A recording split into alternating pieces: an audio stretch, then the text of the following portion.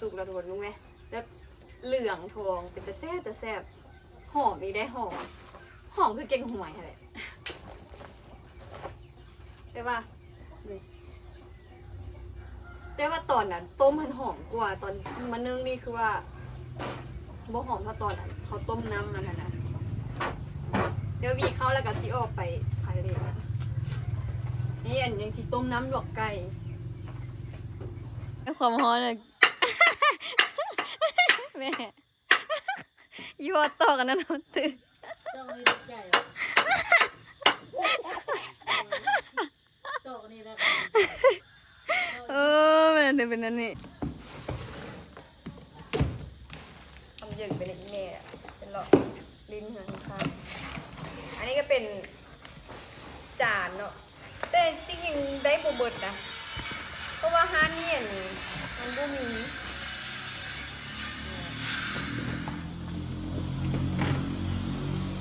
โอ้แตกด้วยนี่สบายดีทุกคนสบายดีตะเลงเด้ออ้วนไปเอาดอกอย่างก็ดอกเหลืองใช่ป่ะนึ่งกินข้าวเหลืองๆมาดิดอกเหลืองเอาไปแล้วไปต้มเพื่อนแล้วก็ปลาเธอน้ำเย็นก่อนแล้วเอาไปมาเข้าในแล้วก็เอาไปนึ่งแล้วเอาใส่เหลืองแซ่ตอนม่านว่ะแม่นแต่ว่าต้องเอาใบไปต้มก่อนนี่โอ้คือดอกไม้เลยเนาะดอกเหลืองนะนี่แต่ว่าอันโฟกัสเลยเดี๋ยวหอมเนาะหอมบอนี่หอม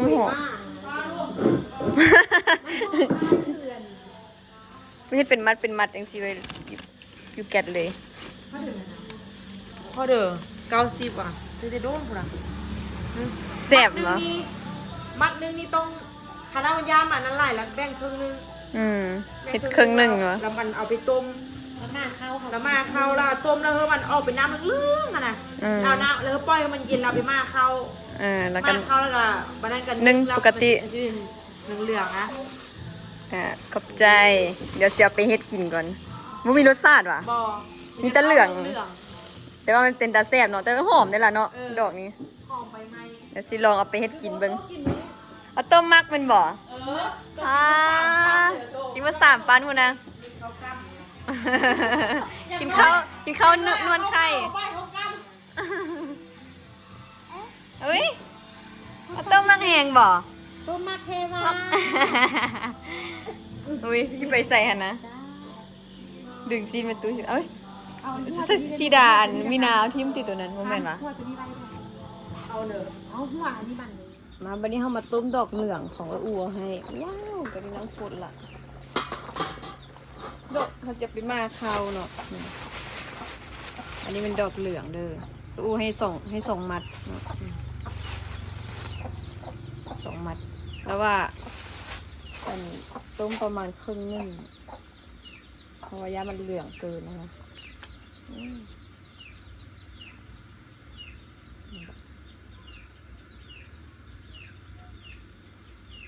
หรือว่าเด็ดแต่ใบนั่นวะเด็ดแต่ดอกเหรอต้มมัดว่าเป็นอย่างไรตัวต้มสิเลยต้มอันแล้วเราก็ปะให้มันเย็นเนาะแต่วันนี้เราจะต้มให้มันให้ดอกเหลืองมันออกมาเป็นน้ำสีเหลืองๆก่อนเนาะดิเหลืองๆนิดนึงอะดิ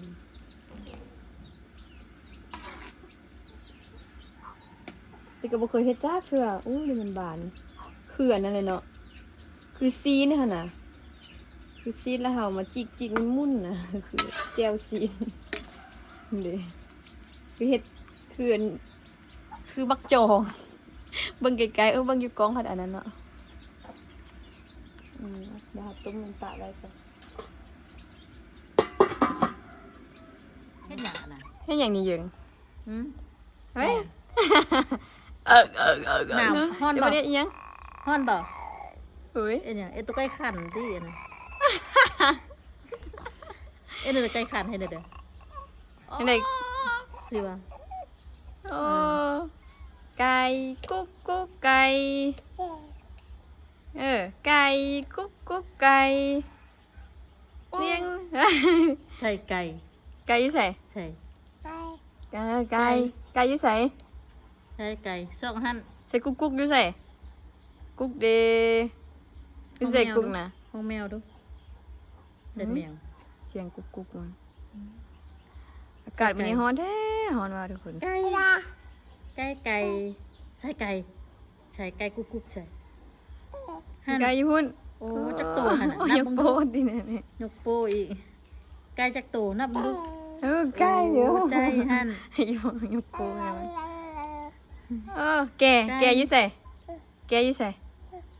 ยัยชิมาหาว่ะแกอยู่ใส่ ได้ไหม ยังแกอยู่ใส่แกกับแกมาวันนี้หลังจากที่เราต้มปลาไว้แล้วมาเบิ่งสีน้ำมันก็ได้ที่แล้วบ่หอมทุกคนคือคล้ายๆคือเก่งหวยเนาะหอมคือน้ำเก่งหวยอะนะน้ำแบบสีโคตรเหลืองเลยน่าจะได้ที่แล้วนี่เนาะน่าจะได้ละปิดไฟ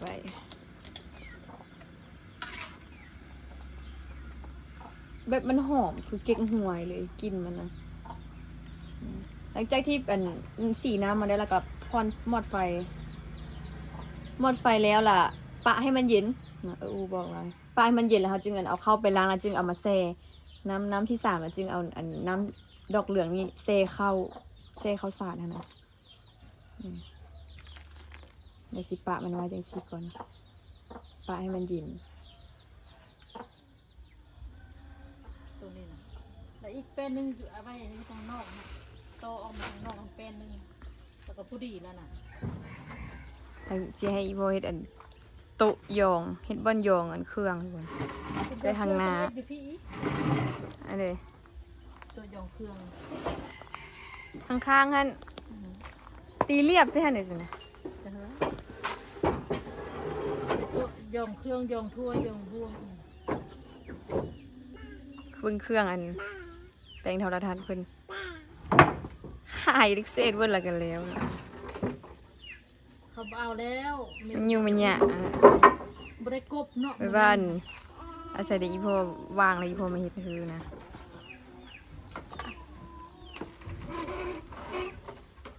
นี่ว่าสิเอาโต๊ะมาใส่เลยโต๊ะ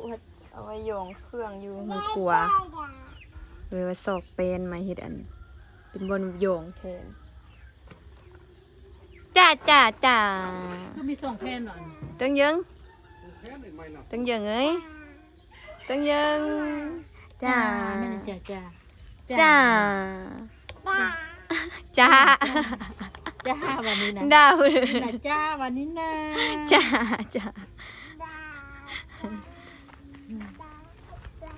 ห้องเพลงใกล้แล้ว ฮอนห้องใจ ไอประตูนี่ก็แล้วละประตูไว้ให้หมาเขาตอนนี้หมาไปนอนแล้วสันดิ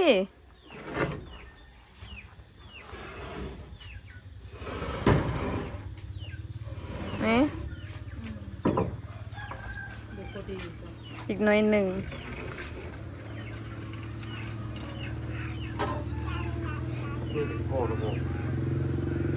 ทางนี้ก็เอสอีกใช่ป่ะแม่ มันทอดด้วยข้าวน้ำดิไว้จะเฮ็ดจังเด้อมันตอกไม้เอามาอีกอันเป็นหนึง ซื้อเข้าไปเป็นตะเบิ้ง จะสิระยะบัดมีประตูมางับมันสิมันอยู่บ่ขาดเลย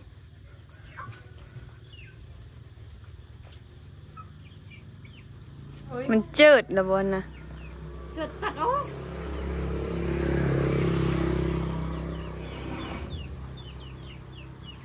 เป็นล้างข้าวกับบุญอันนี้เขาเปลี่ยนเปลี่ยนไก่แล้วข้าวเหนียว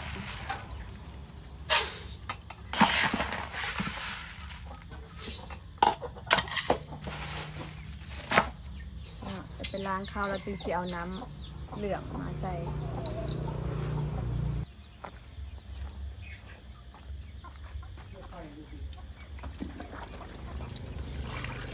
จะมาล้างเขาอันจะส่งน้ำก่อน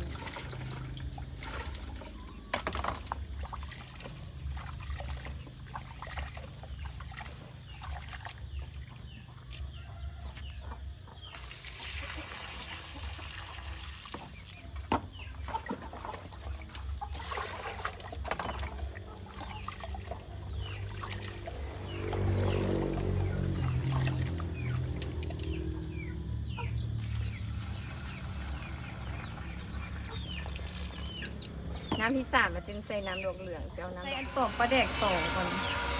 เพราะมันมีขี้เหงื่อเดี๋ยว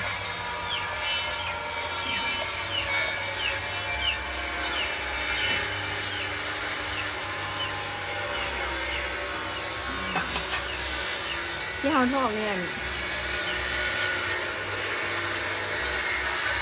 มันก็ยังบ่ได้เย็นคักปานใดอย่างอุ่นๆอยู่แต่ก็บ่เป็นหยังทุกคนเป็นสีเหลืองๆมานิดนึงแต่ว่าเขาจะมาไว้เนาะเซปลาไว้เดี๋ยวทอกซีบุดก่อน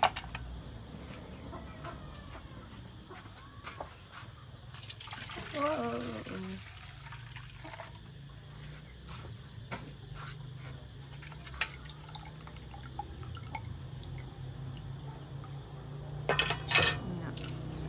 โอเคเขาจะเซปะไว้ให้มันไหนพูดเลยเนาะจนกว่าข้าวมันจะไหนแล้วเขาก็จึงเอามานึ่ง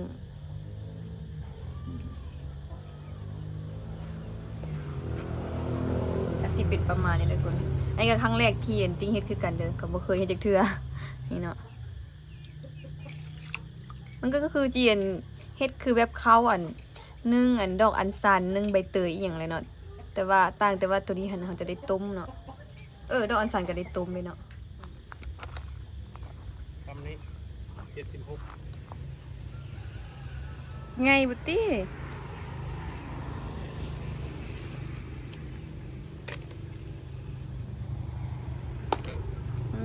ยาวบุจำมัน จำได้ครับก็ไม่เอาสิอันนี้เลยเอา มันเกาต้อมันนอกพี่เอ้ย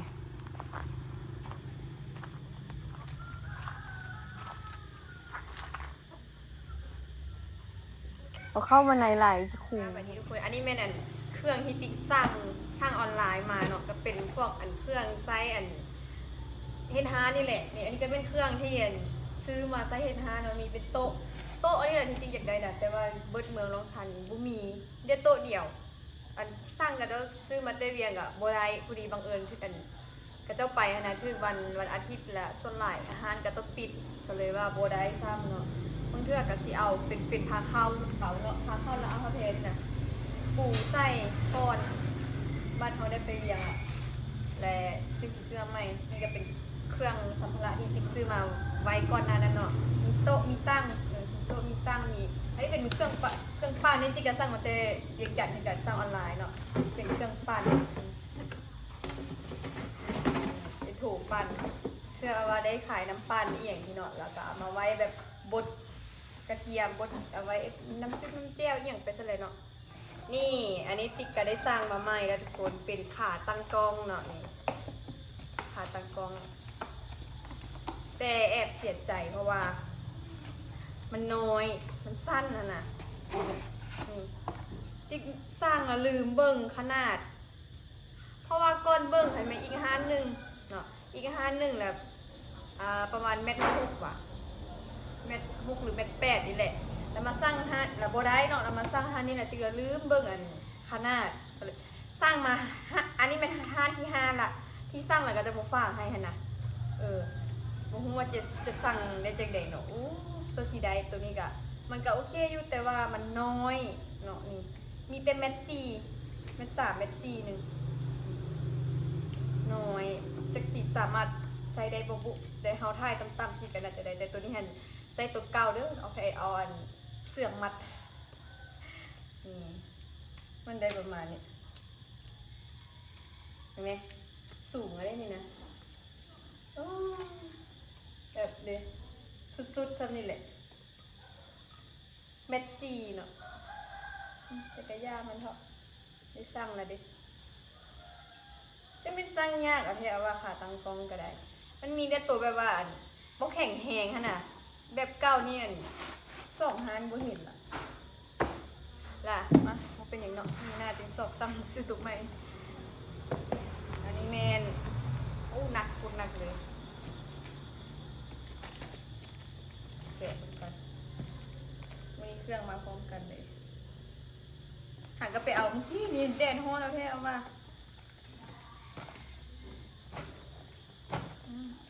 อันนี้น่าจะเป็นปลาเด็ก สั่งปลาแดกมาอ๋อถามอูห้านตัวที่ว่าอันเคยสั่งอันไปตำมือบุญกินเจียงอะนะแล้วเราว่าลืม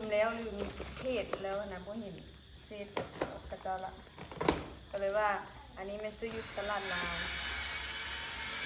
โอ้หนูกินเลย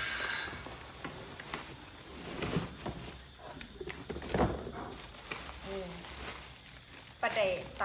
ำที่สั่งเป็นปลาแดกป่ากับปลาแดกปูเด้อถ้าคิดว่าเอาย่างละโลเอามาซีมก่อนแต่ก็จะว่าให้เซตุกอันนี้เนี่ยได้โล8แล้วกันโล8กับโล8ถ้าอีสั่งย่างละโลเด้อคันว่าอันโลนึงแล้วมันบ่เต็มตุกแล้วก็จะฟังยากว่าจังได๋แบบฝากขนส่งแล้วมันนั่นเป็นเสียงน้ำแล้วก็ต้องบ่ฮับขนส่งบ่ฮับสินะอันนี้อันใส่เต็มตุกละมันบ่ได้ยินเสียงน้ำแล้วก็ต้องบ่ฮู้ว่าเป็นเมี่ยงแล้วก็มันเครื่องธรรมดาสั้นแม่ค้าเพิ่นก็เลยว่าให้ตามเป็นตุกอันนี้น่าจะปลาแดกปูเนาะปลาแดกปูจะได้ต้นน้อยเนาะแต่คันว่าตักก็จะตักใส่ถุงคือซื้อตอนนั้นน่าจะได้หลายอยู่ต้นอันนี้ต้นน้อยอันนี้เป็นปลาแดกป่ามีต้นป่าพร้อมเด้อแต่จะได้ต้นน้อยเพราะว่ามันป่ามันน้อยดิปลาแดกปูปลาแดกป่าเอามาลงเบิ่งเพิ่นว่ารับประกันความแซ่บว่าซั่นลองเบิ่งอันตุกนึงโล8 ขีดอันนี้มาอันนี้แกะสุดท้ายแกะนี้จะใหญ่กว่ามือเลย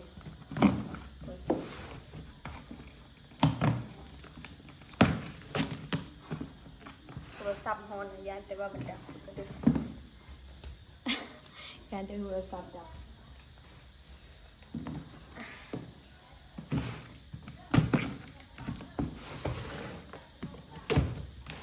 ทำเยอะไปเลยอีเมลเป็นหลอดลิ้นเหมือนกันอันนี้ก็เป็นจานเนาะแต่จริงๆได้โบเบิดนะเพราะว่าฮานเนี่ยมันบ่มี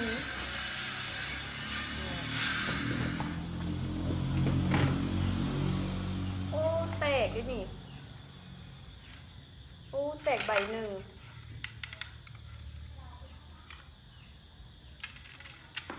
ถามฮานกับเจ้ากระตะซีนั่นให้บนเนาะกระตะซีเหมือนกัน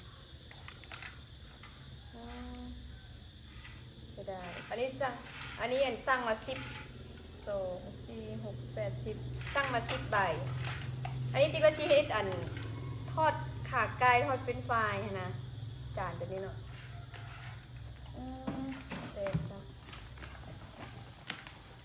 แล้วก็นี่สาวหอดสาวหรือว่าอย่างละ10วันนี้2 4 6 8 10อย่างละ10คิดว่าอย่างละสาวเป็นบ่วงกับซ้อมเนาะเพราะว่าใจแบบให้กระจะกินจิ้มขาไก่หรือว่าเป็นฝายนะเอามาไว้เพื่อซื้ออยู่บ้านนี่มันบูมีตัวที่เขาอยากได้ยังเป็นถ้วยน้อยยังถ้วยแบบเป็นจานใส่น้ำจิ้มแล้วก็เป็นถ้วยน้อยตักน้ำซุปน้ำแกงนะอีกได้นี่นะยังโบได้เดี๋ยวว่าได้ตัวนี้กระเตกโบแมนสิเศษของจานดีกว่าคิดว่าตัวนี้กระแตกใช้ได้นี่ก็สั่ง10ใบตัวนี้เป็นจานใส่ต่ำเลย2 4 6 8 10นี่ตำนี้พอดีเลยขนาด9.5 นิ้วตัวนี้แม่นอันขนาด 8.5 นิ้วตัวนี้ใส่ต่ำพอดีงามเป็นลายไม้เนาะคิดแล้วว่ามันงามเลยมันก็หนาอีกนะที่บ้านเขาบ่มีเลยเพราะขนาดตำนี้บ่หรือว่าใหญ่กว่านี้ว่าอยู่ห่างกัน200,000ปลายแล้ว207,000ป่ะ203,000เมิดเนาะเมิดเท่านี้เพราะขนาดเราห่อใส่แก๊สให้ก็ยังแตกเนาะเสียดายอ่ะ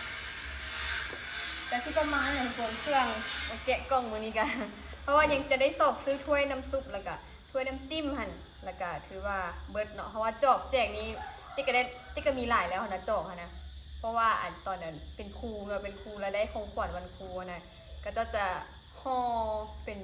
กับจอกเนาะผู้ใดยังซื้อคลิปที่แกะของขวัญในบอลนั่นเลยเนาะได้บักหลายเลยในทางของน้องในของติ๊กเนสเนี่ยก็เลยว่าบ่ได้ซื้อจอกแต่น่าจะได้ซื้อถุงน้ำน่าจะได้ซื้อถุงน้ แต่ว่าซื้ออยู่บ้านเราก็ได้เดี๋ยวนี่ก็สิได้ออกไปซื้อสายไฟกับดอกไฟมาให้อีพ่อต่อไฟใส่ตู้มันกับห้านหันให้วันนี้อีพ่อแม่นอันเพิ่นจะได้ต่อเฮ็ดโต๊ะหั่นน่ะข้างหน้าหั่นเนาะเฮ็ดมันไว้เครื่องที่แล้วก็บ่ได้ได้เครื่องต้องแบบมีแต่แนวต่อเติมมันอันนั้นอันนี้อยู่มีแต่ใส่นี่แหละก็น่าจะแล้วล่ะแล้วก็สิเริ่มเปิดห้านเลยเริ่มซื้อเครื่องเขาเลยนี่ก็สั่งมาเท่าละน้อยเสียดายจานเด้สั่งมาเท่านั้นสั่งบ่ได้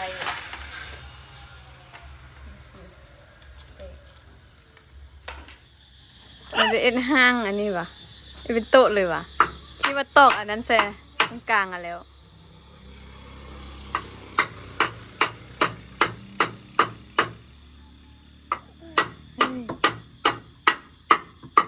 ว้าวบอกดิโดนี่นอนเสยเนาะนะ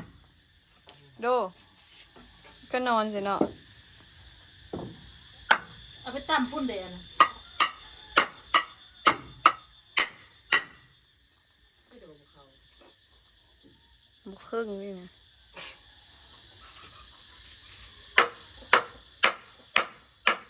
ตั้งยังเอ้ยตั้งยังไงตั้งยัง ซึ้งเลยแม่ความฮ้อนเลย แม่ยี่ห้อต่อกันนั่นมันตื่น ต้องนี่ใหญ่ต้องนี่แล้ว เออแม่ถึงเป็นนั่นนี่ว่าต้องให้กันดีใจ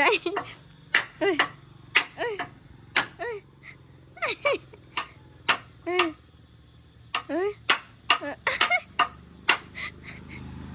หลับตาปิ๊บอีกเฮ้ย เอาไปตั้มปุ้น เอ้ยเหยิงเงยหน้ามันแดงแก้มมันแดงกับนอนนะเหยิง คักว่าม้วนให้มา เล็กน้อยนะ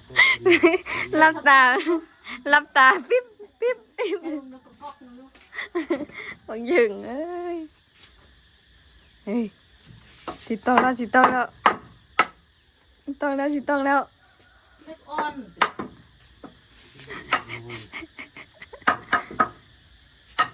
ต้องแล้วเอ้ย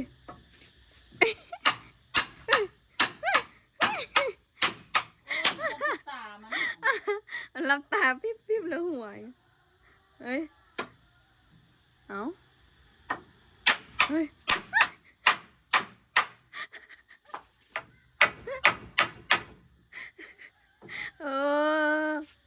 นี่แล้วว่าหัวอยู่อีพอตอกแล้วหัวยันดึกตาปะยันดึกตาปุ๊กวะเนยเห็นไหมอยากไปหาอีแม่ นี่มือเปื้อนนี่ เฮ็ดเวียกไปปุ๊กเนี่ยเห็นบ่ปุ๊กเนี่ยเดี๋ยวจากน้อยนี้กันก็ไปนึ่งข้าวแล้วดูเพราะว่าตอนนี้กะ5 โมงยังแล้วบ่นะเฮ้ย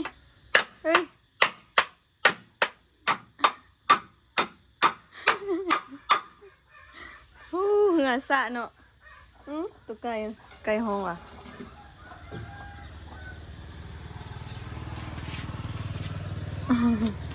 ไปดู ปุ๊ก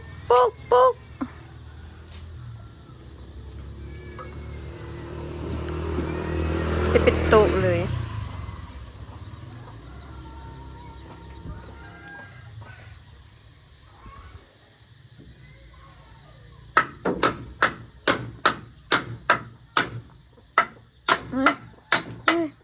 มันบ่รับตาแล้ววะเอ้ย มือตะวันอีก บ่รับตาแล้ววะ ป้าเหือมัน ฮอนเนาะเหงื่อสะปก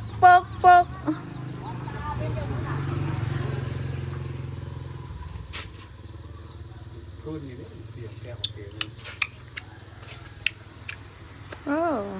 เสียงดังเลยกิ๊ก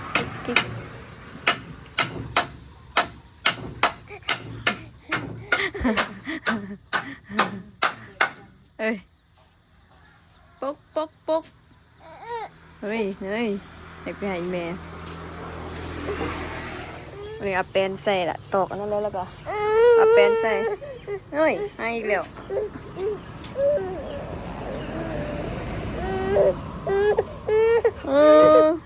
คุณเอามา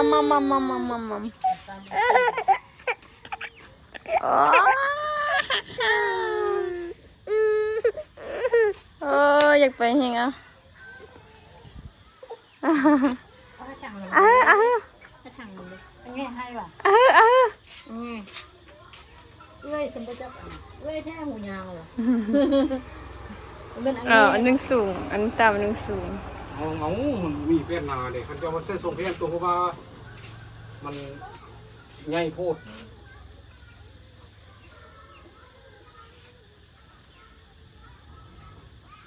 นี่เข้าบุญเลย เอาคกเส้นนี้บนเนาะ พวกนั้นก็ต้องทำกลุ่ม มันเห็ดมันต่ำอยู่ เข้า เลย มาจำ อันนั้นเนาะ ทางทางบุ้มมันเอ็ดคันนี้ก็ได้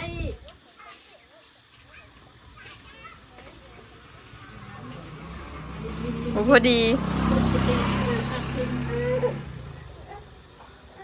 ห้างมันเยอะพุ่นไม่อย่างมันฮ้อนแหงมันไห้ เป็นสิบไรนะแค่ฟัง เที่ยงค่อยอยู่นี่ มันโบแมน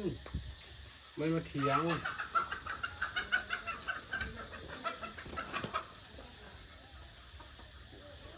ตอกเลยกระปูเสื้อ ตรงนี้มันเข้าในที่มันแทน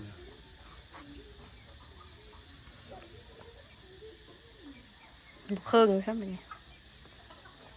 เข้าในที่เราพอคน วันนี้เขาชิมานึ่งข้าวทุกคนดังไฟก่อน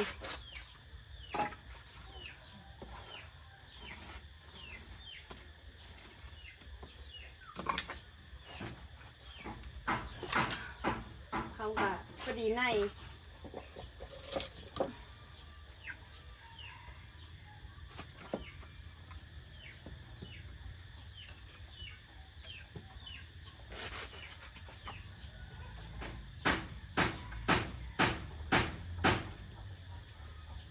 เซขาตังกองมาที่เป็นโอ้บุกแข่งแห่จักน้อยโทรศัพท์ตัวบักหลายเพื่อนนี่เราได้ซื้อมาแล้วที่ไหนสั่งออนไลน์มันไม่ถูกใจ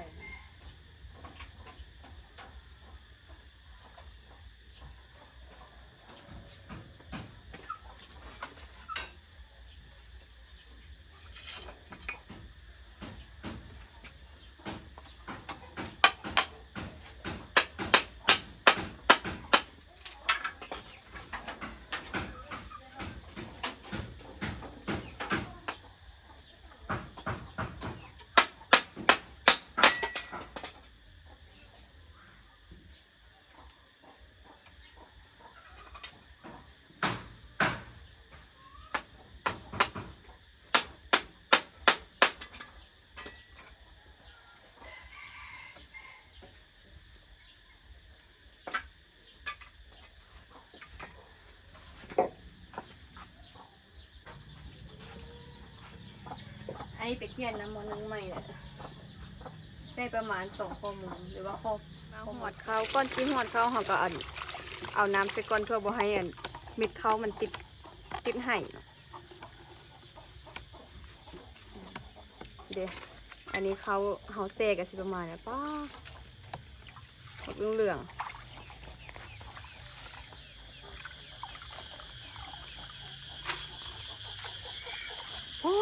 หอมคือเจ๊กหวยเลยนึ่งมานี่แห้งสีแบบเป็นเหลืองทองเลยเนาะ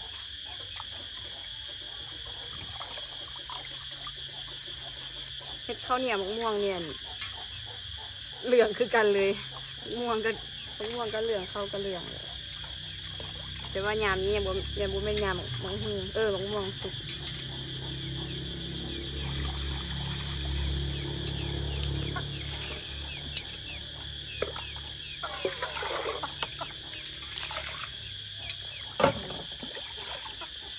น้ำลงใส่หอมหนึ่ง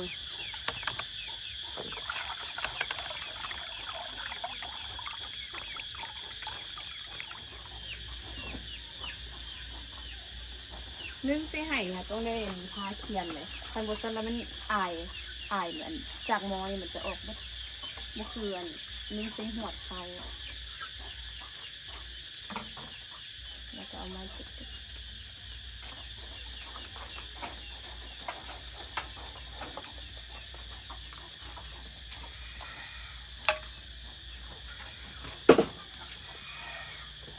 โอเคเรียบร้อยเบิ่งเดี๋ยวสิไปเบิ่งข้าวเย็นก่อนว่ามีบ่เนาะถ้าบ่มีแล้วก็นึ่งกับนี่แล้วก็ปิ้นปากอันข้าวเอานี่ก็เป็นวิธีนึ่งข้าวเหนียวเนาะเป็นอันที่เรียบร้อย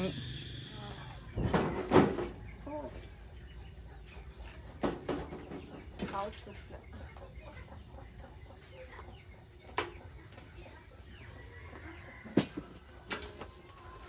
ข้าวสุกแล้วทุกคนรู้ไหมแล้วเหลืองทองเป็นแต่แซ่บหอมอีกได้หอมคือเก่งหวยอะไรใช่ป่ะแต่ว่าตอนนั้นต้มมันหอมกว่าตอนมันนึ่งนี่คือว่าบ่หอมเท่าตอนนั้นเขาต้มน้ำมันนะเดี๋ยววีเข้าแล้วก็สิออกไปขายเลยนะนี่อันยังสิต้มน้ำลวกไก่พอดีอันนี้พอสีเพื่อนเอาไก่มาจะชิมากินข้าวแรงค่ะเอาไก่มาคากินซีดที่อยากกินแต่ว่าคือจะนี่คือชิบะฮันได้เฮ็ดเพราะว่าจะออกไปขายเลยเป็นตะแซ่บเดี๋ยวซีมันก่อน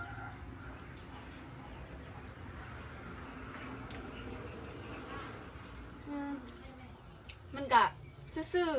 ๆมันมีน้ำใส่อ่ะคือเขานึ่งข้าวเหนียวทั่วไปเลยแต่ว่าต่างแต่สีเนาะสีสันมันจะแซ่บนะ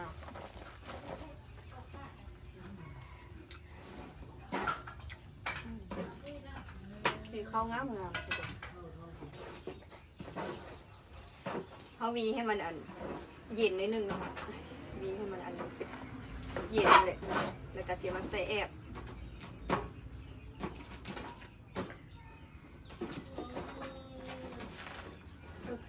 พอดีเต็มแอบเลยมาส่งถ้วยดิ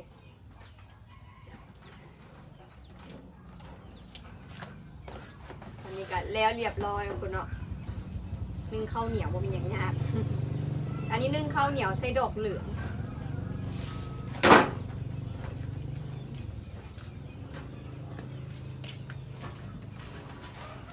สิประมาณนี้เดี๋ยวจะได้ออกไปขายเลขแล้วเนาะเอาสำหรับคลิปวิดีโอนี้ที่ก็ขอตัวลาทุกคนไปก่อนเด้อฝากทุกคนกดติดตามกดไลค์ส่งติดสาวเราลองซานเพื่อเป็นกำลังใจในการให้คลิปต่อไปนะเด้อบ๊ายบาย